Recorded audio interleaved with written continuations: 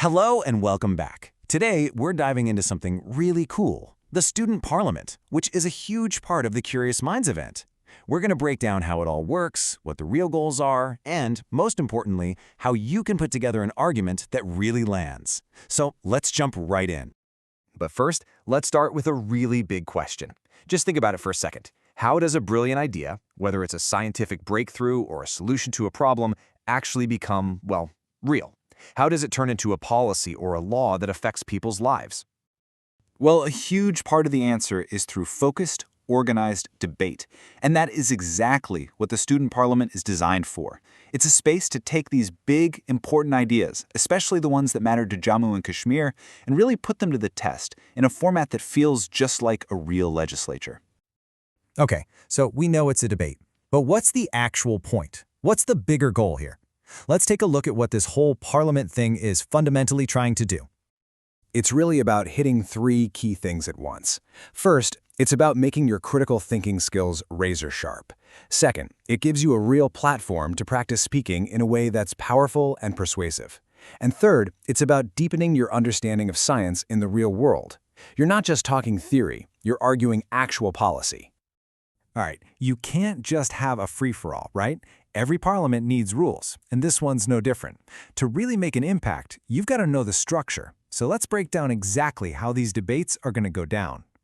First thing you need to know, it's a classic showdown. You'll be on one of two teams. Either you're on the green team and you're arguing in favor of the bill, or you're on the red team and you're arguing against it.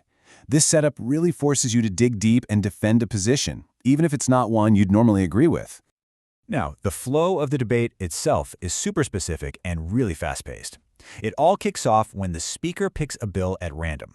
Then, a student is chosen to make their case. But here's the twist. While they're talking, anyone else can raise their hand to challenge a fact or offer a counterargument.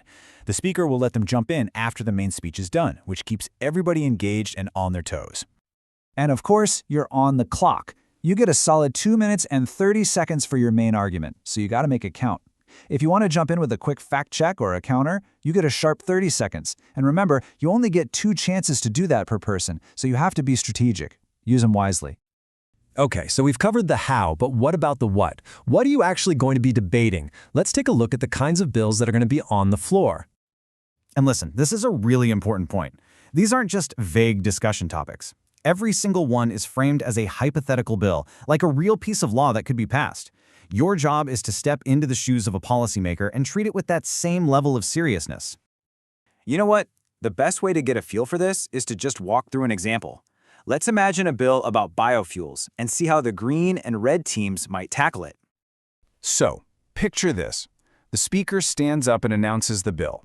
It's a proposal to force all transportation in the region to use fuel that's 40% biofuel. I mean, wow.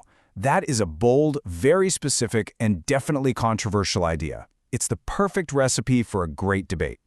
So if you're on the green team, you're obviously all in on this. You'd probably start with the environmental wins, fewer emissions, cleaner air, maybe even helping to slow down glacier melt.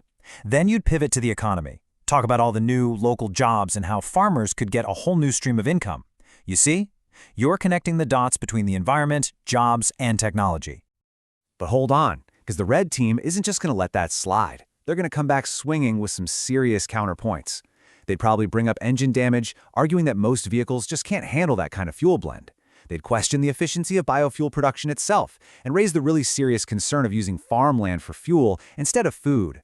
And of course, they'd hammer home the cost to regular people. And this is where the magic happens, right? You can see the head-on collision of ideas. When it comes to the economy, one side sees local jobs, the other sees a burden on citizens. On the environment, one sees cleaner air, the other sees a threat to food security. This right here is the heart of the debate. Two totally different, totally valid ways of looking at the very same proposal.